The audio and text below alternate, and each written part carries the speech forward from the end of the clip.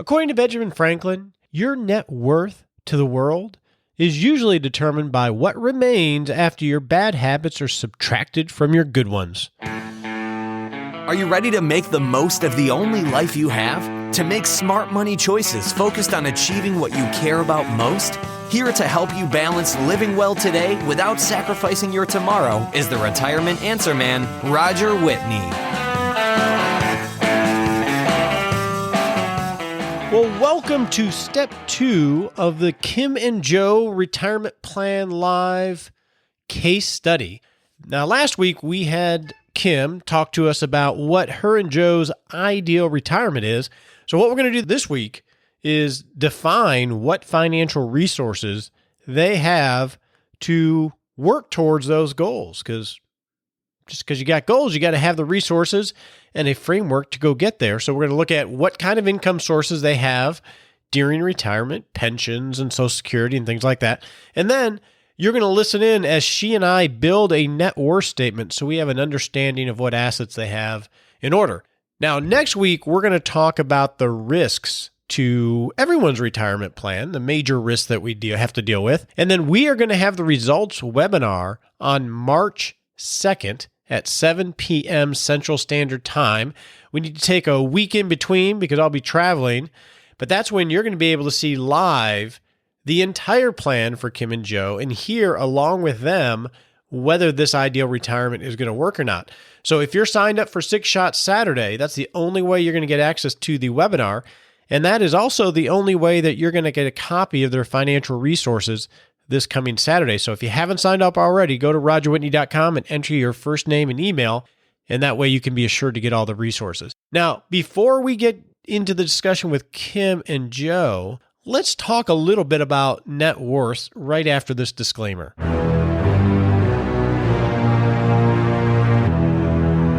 Bum, bum, bum, bum. That's right, it's all important disclaimer. This is for informational purposes only. Don't take this as advice. I'm not here to give you advice because I don't know anything about you. I only give advice to clients that I walk life with every day.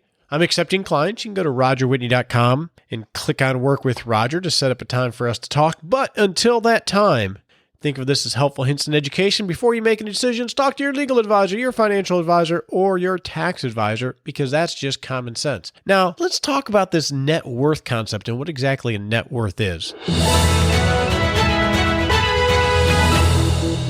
So recently I was perusing the internet and I came across this article that had a lot of census data about what the net worth distribution is in the United States of America. So net worth by age. So I thought that was really interesting. I want to share some of the results with you of that, if I said that right. Anyway, but before I do that, let's define exactly what a net worth statement is. Now, we've talked about this before, and there's a worksheet in the Retirement Learning Center at rogerwhitney.com where you can build your own net worth statement. But real simply, it is a statement of your financial health on one page. So usually on the left-hand column, you list all of the assets that you have as a family. So it's going to be checking accounts, savings accounts, retirement accounts, your house, property that you own that has value.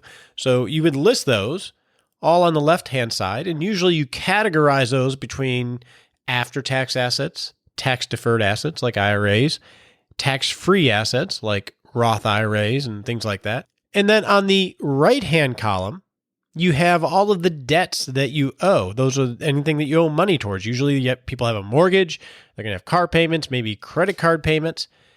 And then at the bottom of the page, you add up the value of all of your assets on the left-hand side, and then you add up the value of all your debts on the right-hand side, and then you subtract your debts from your assets, and that gives you your net worth. So netting out liabilities, what's the value of all the stuff that you have? So it's a great gauge on one page of your financial well-being. When I work with clients, I always work off of a net worth statement. So we always build a net worth statement and we use that as a dashboard. And I'll talk about that here in a second. So this is a really critical document to know how you're doing. One of the questions that clients will ask me, well, Roger, how is my net worth relative to pick your poison. Other people my age, ones you've seen before. Everybody wants to know how they compare. So when I was looking at this article, it broke down the average net worth by age. So it put it into categories, and it gave out, this is all from the Census Bureau. They gave out the 30th percentile, the 50th percentile, so right smack in the middle, and then the 70th percentile. So as an example, if we look at the bulk of the listeners of this show, they're between, say, 55 and 64. It's probably a little bit younger than that, but we'll call that the bulk. So according to the U.S. Census Bureau, if you're between the ages of 55 and 64, the median or the 50th percentile net worth is $144,000. The 70th percentile is $333,000. So that's taking all of the assets someone owns minus all of the liabilities that they have. And then obviously it goes down as you get younger, and it really doesn't go up as you get older. So the over 65 crowd, the 50th percentile was 171,000 and some change.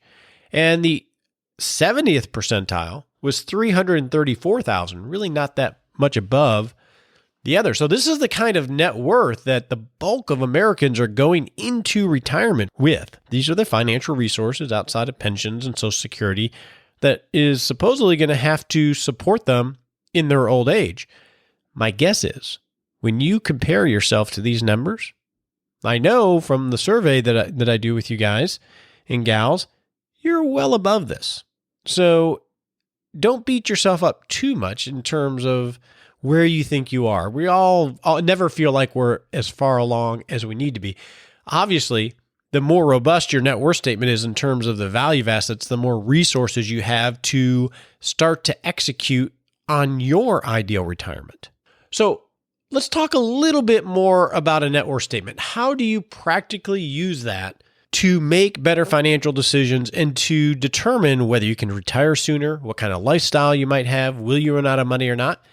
I use a net worth statement with clients in one of three ways typically. Number one is I use it as a personal measuring stick because a net worth, if you capture it on a particular day, we just updated lots of net worths here at the end of the year.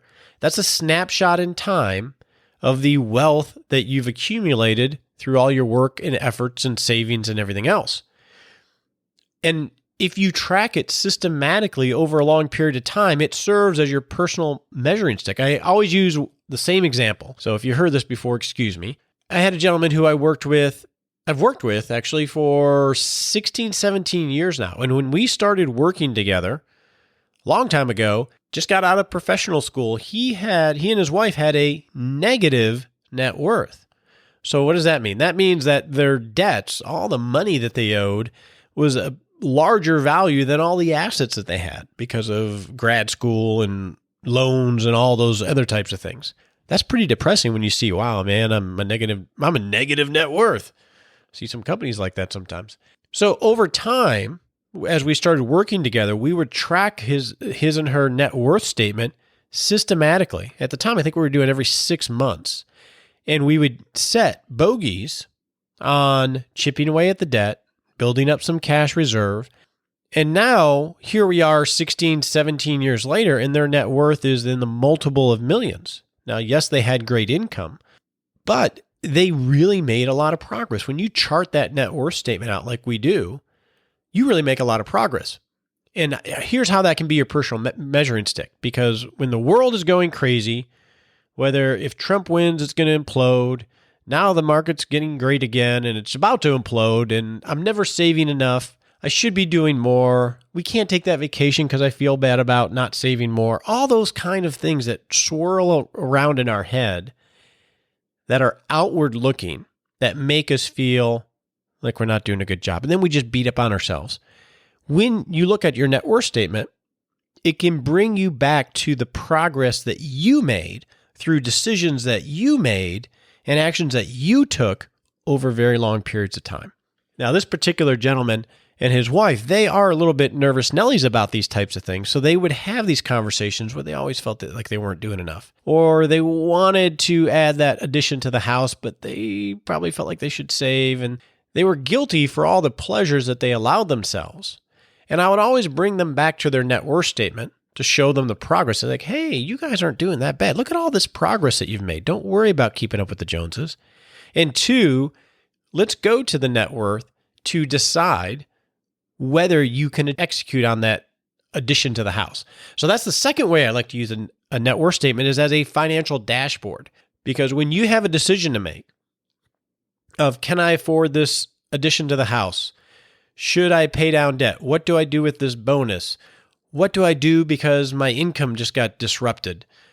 Your net worth statement is the key document you want to go to look at the entire situation. And I use checklists when I go through reviewing a net worth statement to see how to best make the decision based on your entire financial situation. So that's the second way you want to use a net worth statement, or that I use it, is that it's a great financial dashboard that you continually go to when you have bigger decisions to make.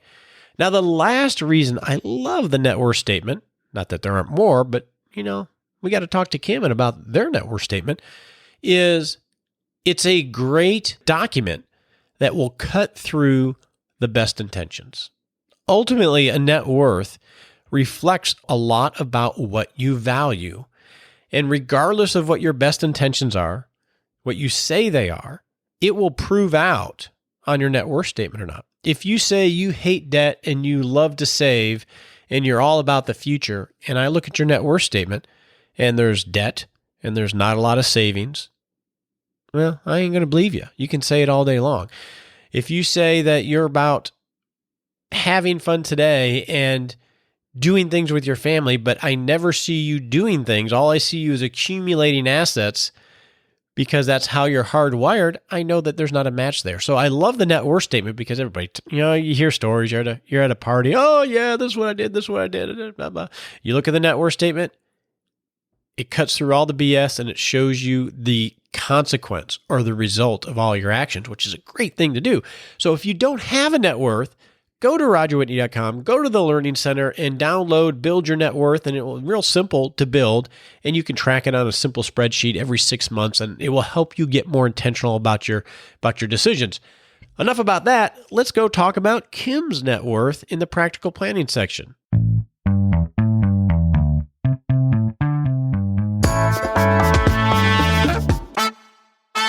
Okay, so now we're going to talk with Kim and outline their financial resources they have to start working towards this ideal retirement. And we have a good meandering conversation that addresses a lot of issues. Now, one thing I noticed in our discussion was that she had ideas like rental houses or a mother-in-law suite, and she talked about these potential investments to go on her net worth as rattling around in her head, but never have done anything with them. And that's one thing a net worth will do, is help formulate decision-making so you don't just let great ideas rattle around forever. So let's get to our conversation with Kim. All right. Kim, welcome back to the show. Thank you. Now, did you listen to yourself on the podcast yet? I haven't. Okay, it's a really weird experience, so don't judge yourself too hard because you sound great. I'm just going to tell you do. Well, last week we created or dreamed up is it dreamed or dreamt?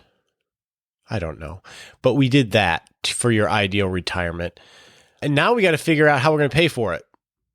Right. So we got to figure out what resources you have to cover all those crazy things that you guys thought of. So the first step is food and things. Yeah, food and healthcare, all that crazy stuff. Right. And so I think start with obviously Social Security, right? So both of you are fully insured, I'm guessing, because you had a successful career. Right. So we're going to have those monies come in. Now, I don't know if you have accurate estimates for Social Security. You can get those online. Yeah, I started doing that a few years ago just to get a sense, because my job career has been a little spotty, and as much as they can estimate, they're only estimating based on what you last made. So I kind of went in there like a nerd and figured it out. Okay, so do you have those numbers? I do, if I can find them here. Basically, for me, I was looking at full retirement versus 62, and I was looking at, it's like $1,580 a month. $1,580 a month. And then, yeah, full retirement, it would be the good number to use for the start anyway. And then Right. do you happen to know Joe's? Yes, as best I can guess, it looks like his would be, would you want full retirement? Yes. Okay. Looks like 2820. 2820. Okay. For initial purposes, we're going to put those in there at full retirement. And then on the webinar, probably we will experiment with, do we delay? Do we take early? Do we use any of the strategies that are still available? But Right. for now, as a baseline, we'll use the full retirement number. And one nice thing about Social Security that people forget about is it adjusts for inflation, which it has been doing since 1975. And I can tell you from doing hundreds of these, it makes a huge difference. Yeah, because the guess I have right now probably won't be what we actually would start at, because it would have inflated by then to a different number, correct? Well, once you start it, it will inflate every year based on CPI or however the Social Security Administration does it. So Yeah, but what I mean is that number I'm using now, let's say if we don't start it for another 10 years, then you know what I mean? yeah, that's a good question. I don't Yeah. know the answer to that off the top of my head. I've never been asked that before I thought of it. I think the numbers that they're giving you are probably pretty accurate to what it would be. Okay, And now those may change year from year based on how they decide to calculate things. right. But once you start receiving it, at least on average since 1975, they've increased roughly 3.5% a year, which is pretty good, right? Now, lately, we've had some years where it was 0% increase. So that didn't feel so good. And also, usually what will happen is when we have Medicare payments that you're making for Part B and others, they'll usually have those deducted from your Social Security before you even see it. So sometimes even if you get an increase, if that increase is higher, it doesn't really feel like you got Right, anything. yeah. But that's still an important benefit. So we got that. Now, does either of you have any pensions that will play a part in this? No, neither of us have ever worked for a company that has a pension. Okay. And so that makes it difficult, right? So you're Yeah. part of that baby boomer generation that didn't have any pensions. So when he retires, Joe, and now that you're footloose and fancy free as empty nesters, would retirement be retirement for him? And do you plan to continue as you are, or what's this new role going to be? Are you guys going to earn any money, you think, between now and whenever? Well, some of that depends on how this plan plays out, how does it look? But, right now I think is the first time I just sort of separated from a little part-time job I had literally last week. And so I'm kind of finding myself trying to figure out what is the next step. I'm willing to, especially if the plan needs it, to, look at things that I could do definitely to shore up extra savings. And then of course, you want to stay engaged mentally and be contributing, but there's so many different ways that you can contribute in the world that don't involve making money. But, so I am open to whatever is best for our project here. So what do you think Joe would say? he would probably leave tomorrow. If He said that. I remember that. But you think he would end up working doing something, or you think he would totally just dig it? I think he thought at some point that he would just stop. And I think I've read a couple of things, little articles, and it's kind of like you need to think about not just leaving something that is maybe stressful and painful, even if you like your job, but to retire to something is more important because it gives you that purpose to go to. Otherwise, I think it's easy to just let the days go by and then you die. And so I think he has now said that he would probably want to work somewhere, and it would be great if he didn't have to worry about what it paid. Okay. You're right. You're exactly right. Is most people, in my experience, when they talk about retirement, they talk more about what they're running away from, right? It's like, you just want to stop the pain of, career or corporate world. And then they get there and they're like, oh, no, I got to figure out what I want to do. And they think it's going to be a panacea, but it's not a lot of times if you don't plan for it. For our purposes, initially, we won't put in part-time work, if that makes sense to you. But that definitely would be one of the levers to pull. And I guess my only counsel to you would be, think about it. and you're in a little bit different situation because your volunteering has ebbed down, is you guys are pretty young. I mean, if he's able to retire at 58, which is the ideal, I mean, you're going to have social, you're going to have intellectual engagement and social engagement that you're going to want. And that's a long period of not working and not having purpose, from 58 to 90 years old. So I would think about those things because it could be just, a lot of times it's just work, but I want to leave the corporate race and just work on my own terms. And a lot of people make a lot more money or have a blast because they still have the freedom and they have some cash coming in. So I would think about that. So keep that in the back of your mind, but we won't put it in there for now. Okay. Okay. Now let's build a net worth statement. So why don't we start with just, cash reserve account, the normal cash accounts? Yeah. Okay. So truly cash, not anything invested Correct. at all. Well, obviously that would be cash. See, because we have a little bit of cash in the health savings account, but just in the bank, I think there's about 48,000. Okay. Is that about normal? It's actually lower, but that's probably about as low as I would be comfortable with. I think we want to maybe even shore it up a little bit, just that whole 6 months savings type thing. Okay. And it's hard to know on the cash because you want it to be productive, but you don't want to have it too low either, right? It's always a moving target.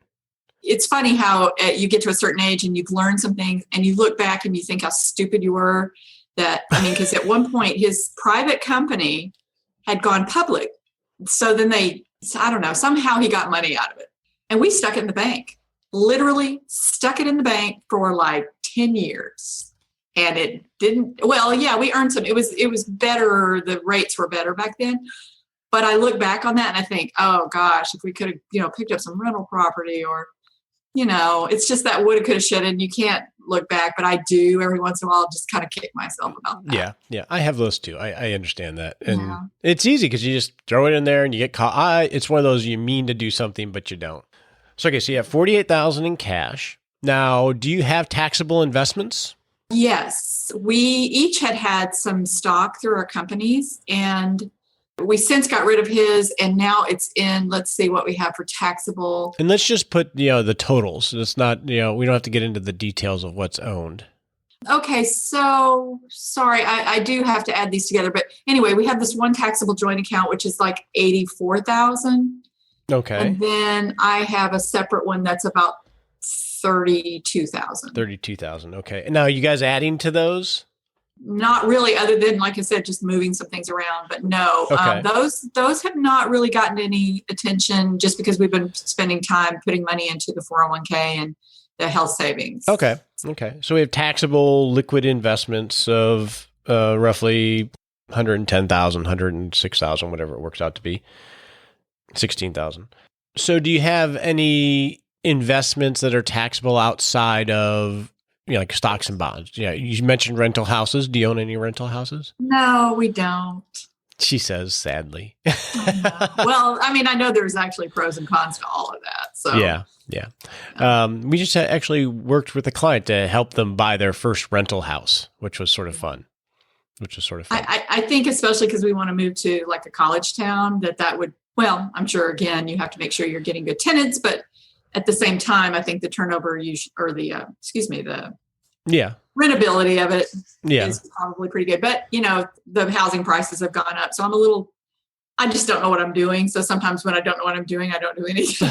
That's not a bad strategy sometimes. Yeah. So what is the value of your home? Just the value, roughly. We've been told probably around 350. Okay. 350.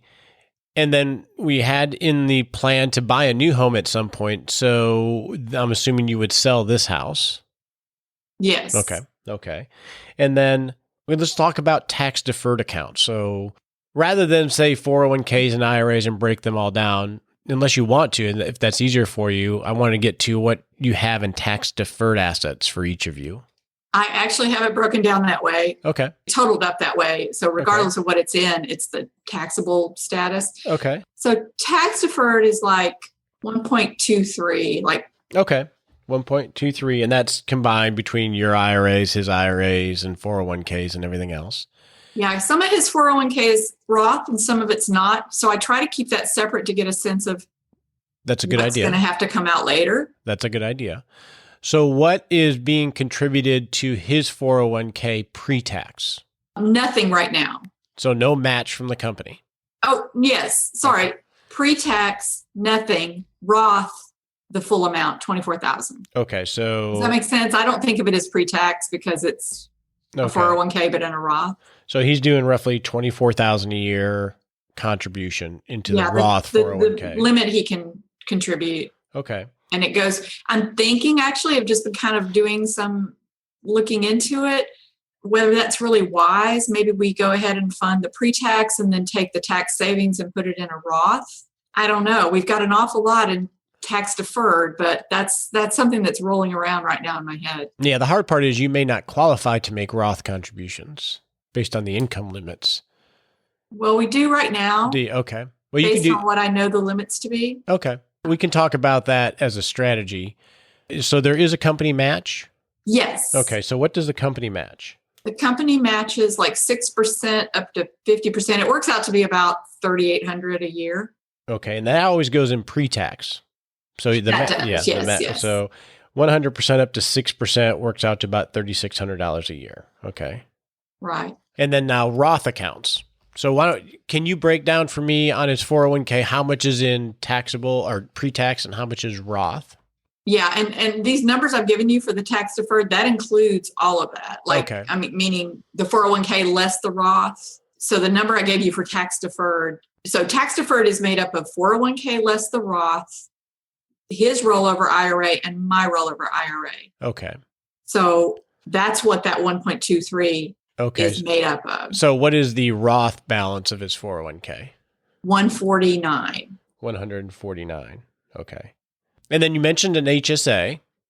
Right. Okay. So what do you have in the HSA? That one is $16,500. 16,500. Are you contributing to that? Yes, we currently contribute the full amount that he can contribute, which is I think $6,750. Okay. And next year, I think he can start contributing another $1,000 because he'll be 55 next year. Okay. And what is your strategy with the HSA? Do you guys use that? No, we actually don't. And, I kind of keep that in the back of our heads in case something big were to come up. But really, it's such a great investment opportunity in terms of how it's, can grow and it's not taxed. I guess at some point we may want to look at it because once we hit 65, I think there's something about it that changes that may make us want to look at it a little differently. I can't remember what it was about when you turn 65. But. Yeah, we'll have to do a show on that because we have a number of people that they contribute to it and they think of it as their healthcare slush fund. And even when they have expenses, they don't tap it because they think of that as sort of the healthcare fund of the future. Yeah, that might be a good way to look at it, especially if we talk about retiring early. Yeah. And have to tap into that. So, okay. And then we have separate Roths. Each of us have a separate Roth, but those are not like super. So how much are underneath each of those? They each have about 12,000 in them. Okay. And you're not contributing to yours? I don't know. I was doing taxes. Was it last year or the year before? And I I did a regular IRA just because the tax bill just kind of made me choke a little, which, I wasn't really thinking. I would like to try to find some money to throw more into the Roth. I think the Roth, if somebody said, what would you change? I would really change how much we have in tax deferred versus Roth. Okay. Well, I mean, it's amazing how, when the Roth wasn't available, but now that tax deferral is, now that it is, all that tax deferral accounts, you look at it and you could almost put a haircut of 30% on it if you were to take it all out for taxes, right? It's going to be income at some point. Exactly. I mean, I think at this point, based on what I'm looking at, it looks like we'd probably be about in the same tax bracket. I don't know. Because again, I have to tell you a little side story. I was looking for a CPA who basically they promoted that they do a lot of long-term tax planning. And I was concerned like what the required minimum distributions were going to do to all that. And, spent hours with them and they put all this stuff into this fancy software thing. And after, I don't know, 6-7 hours of having been with them, their recommendation, instead of saying, here's where your tax situation is, keep in mind, these were sort of some side people that they handed me over to that were, I think, financial planners, even though I said I really wasn't looking for that right now. And whole life insurance is what they recommended to their 58-year-old client, is to take a third of what we have in our investments, which I don't know, maybe it's a good idea, but it sure didn't seem to answer my question. And it certainly seemed like a bill that we would gonna have to make sure that we continue to pay until we died. It sounded like a come in for the tax planning so we can sell you something else. And that's... Yeah, I had to ask for the CPA that actually I initially spoke to on the phone. I had to ask to meet her because I had not yet met her by the third meeting. I still hadn't laid eyes on her. And that's really difficult, because that type of situation to me really is frustrating, because from your end, you have an issue, you're looking for help on something, and you go and you think you're being prudent, and you don't even realize that you're just being led down a sales path. And a lot of people wouldn't even realize it. They would just think, oh, well, they must know what they're doing, and then just do it. And when really you're just looking for advice, and it just ends up being a way to get sold something. And that's and I didn't spend any money, like none of this cost anything except for the fact that I handed them every financial document I had. And then I blocked out our social security numbers at one point, and they said, oh, well, we need to have that because that's how we do your taxes. And I was like, well, you're not doing my taxes yet. I'm trying to figure out whether this is a good fit, but I did it. And now it's like, that's what bothers me. Yeah. They have all of this information on us. Yeah. It's probably, like maybe a good rule of thumb is if you're not paying for a service, then they're probably going to try to sell you something. Right. Well, the deal was that I was going to use them for taxes, but they said, oh, well, we have this fancy software. We want to show it to you. And I thought it had something to do with figuring out our taxes. Right. Okay. And it took me a while. And I explained it at the end to these financial planner guys. I said, I don't know if you know how this was sold to me, because they were sort of brought in as a kind of a side business that this CPA wanted to start doing. And I said, I need to tell you how this was presented to me. And this is why I'm rather upset right now. And you think you're just doing something that I asked for. And I'm telling you, this is nothing to do with what I asked for. Yeah. Okay. So I didn't mean to get off on the side, but that is another reason I'm actually doing this webinar, is because I feel like, not that it has anything to do with taxes, but that I might get a little bit more information that will help me down the road. Yeah. I'm not going to sell you anything, so don't worry. Well, that's what I'm saying. So one thing, looking at your balance sheet, and you have taxable investments, which is good. But one thing I'm just going to point out to think about is with where you're at, let's say that he is able to retire at 58, or whether it's even 62. You have to think about, when you're managing a balance sheet, where are you going to draw money from, right? You have a lot in tax deferred, and then you have the Roth, which is smart. If you don't have a lot of taxable investments and you decide that you want to retire early, you're going to have to get the money from somewhere. And if it's not work, what I've seen is a lot of people end up, well, I'm just going to tap my 401k and my tax deferred assets, which means that's going to change their tax situation. And it's going to mean if they need $100,000 to live on, they're going to have to take $100,000 grossed up for whatever taxes they're going to have to pay, because that's considered taxable income. So if you're thinking about retiring early, in your 50s, it would be good to start building up taxable assets, because that's going to be your pot of money that you're going to be able to use before Social Security kicks in. And it's going to allow tax deferred to be tax deferred a lot longer. So diversifying that balance sheet is important. And something you got to think about doing early. That's just one thing I would think about. Okay. And you and I will clean that up when we create your real plan, not this case study plan. Not that this isn't your real plan, but when we can talk more, openly, since we're hiding your identity and all those other crazy things. Now, let's talk about other assets. So are there any deferred comp plans, stock plans, things like that Joe has access to or is a part of?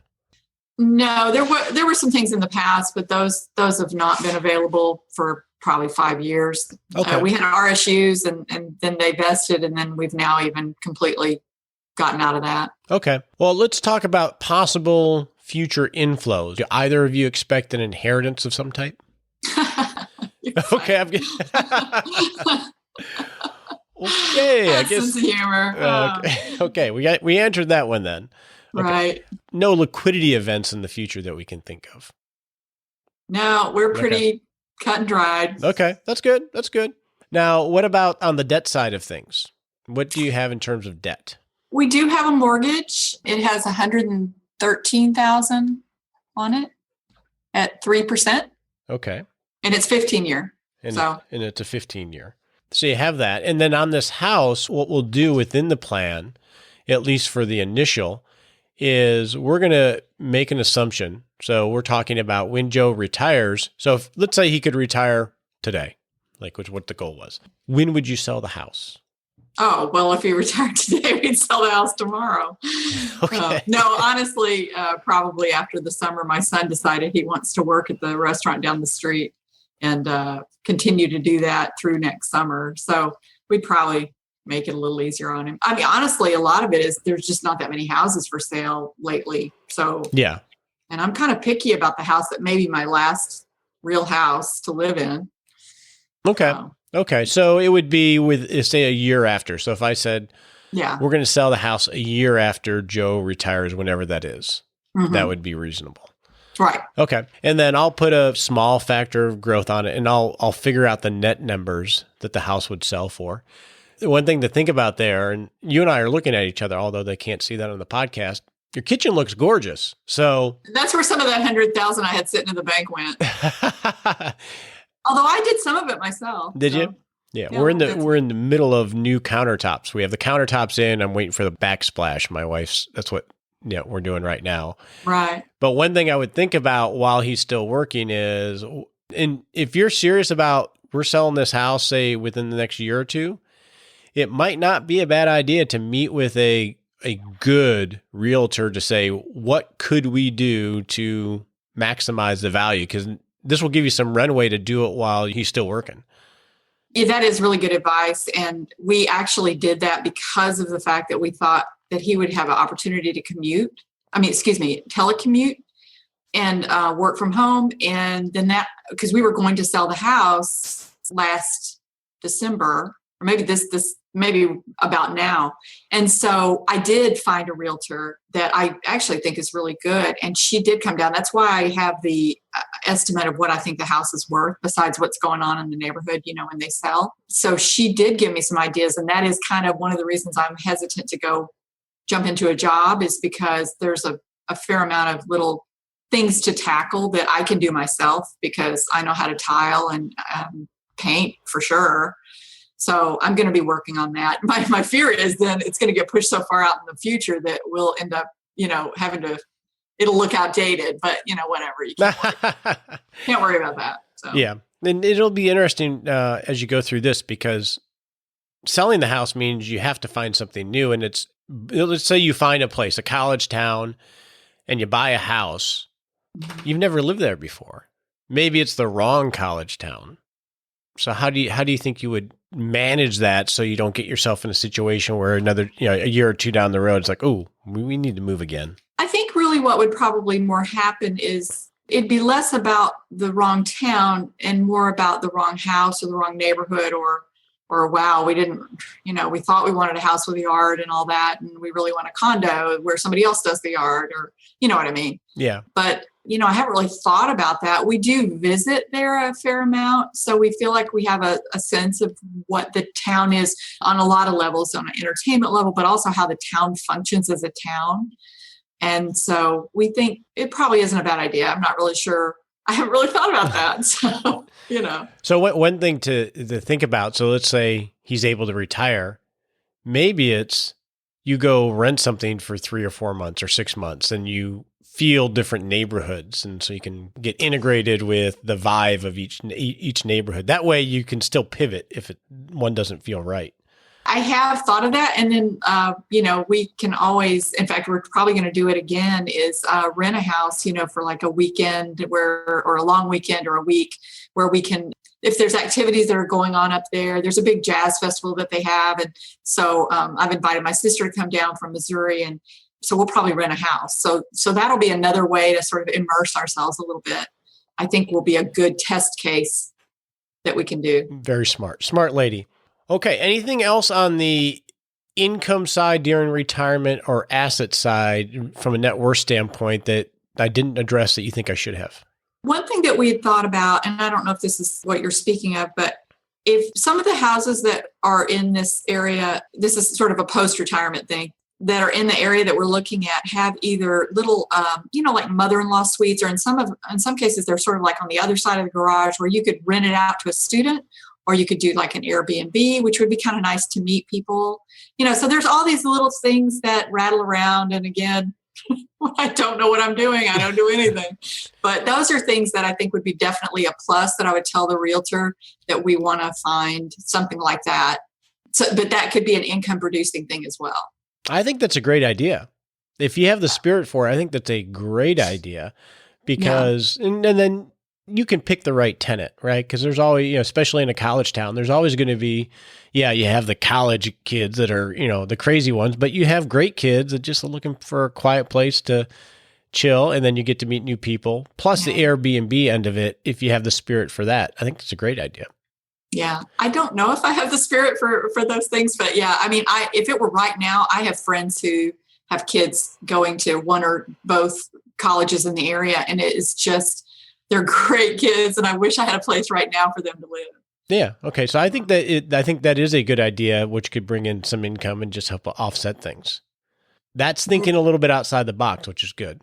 Yeah. But outside of, us having jobs, I really don't know of other income producing things. Again, I'm not against rental income. I think maybe that's more than we want to bite off, unless it was like literally at our property where we know how the roof is and we don't have to, you know what I mean? It's kind of under that same umbrella. Okay. So what we've accomplished so far is we set some lifestyle goals, which is what we did last time. Mm-hmm. And now we know we made some swags, I guess. It used to be WAGs, wildly awesome guess. And everybody's telling me it's a sophisticated, wildly awesome guess, which is a swag. But, I guess it's changed. So we set some swags on what that would cost over your guys' lifetime, and we increased the longevity because of some family history. And then now we just defined what resources we have to fill the pie. And we're still staying in an ideal state because we're only going to count Social Security. We're going to assume you guys aren't going to work. And then now we just built a net worth statement. So what I will do is I'll prepare the net worth statement and get you a copy and then share it for everybody that's following along.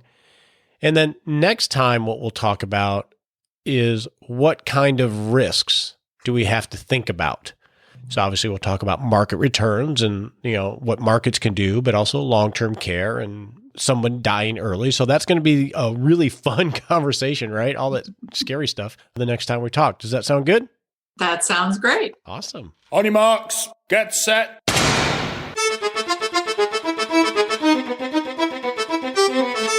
Welcome to the Smart Sprint segment, where each week we set a 7-day goal to take a little baby step towards living a better future. Now, over the last few weeks, we've been working on building the ICE plan, the in case of emergency plan. Last week, I had you organize your digital life and make sure all those passwords were taken care of. I think it was Frank had a great idea of using something like LastPass or 1Password, which is the one I use. I think that's a great idea because you don't want this paper sitting all around. This week, what I'd like you to do, if you've gotten the worksheet or if you have one of your own, I would like you to identify the location of important documents and have it documented so everything can be communicated to the people that need to know. On that worksheet that I have, and I'll include another link into it in 6 Shot Saturday, it's going to have things like where the wills are, the powers of attorney, healthcare proxies, insurance cards, insurance policies, income tax returns, and on and on and on. All these documents that you never need until you need them. And when you need them, you really need them. So in the next 7 days, start locating and organizing where these documents are. So if life happens, your loved ones will know to go get these things so they're not scrambling while they're stressed out, worried about you. So that's your assignment for the next 7 days.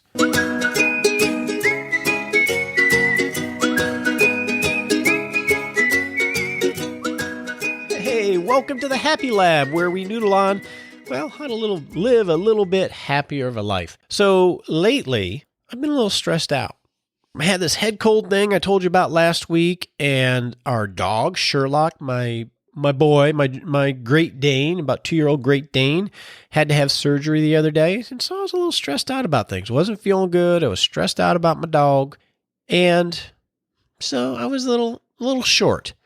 And I realized driving home from work today, you know who I took out my stress on? Yeah, you got it. My spouse. I took it out on my wife. Not really knowing that I was doing it, but sort of knowing I was doing it. And it's important that we think about this because, they're stressed out too. And other people that we love are stressed out too. And it's important that we recognize and at least catch ourselves so we can correct, so we don't treat the people we love the worst. And I bet that's going to make us more happy or happier. Is that the way you say it? Either way, you get the point.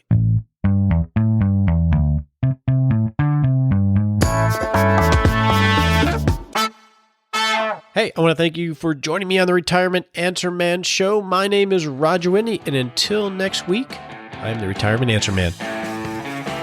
We appreciate you joining us today for this episode of Retirement Answer Man. Be sure to visit rogerwhitney.com/answers to access the Retirement Answer Library with over 30 checklists to help you make the most of the only life you have. Remember, you have more power than you realize to create an amazing life starting today with Retirement Answer Man.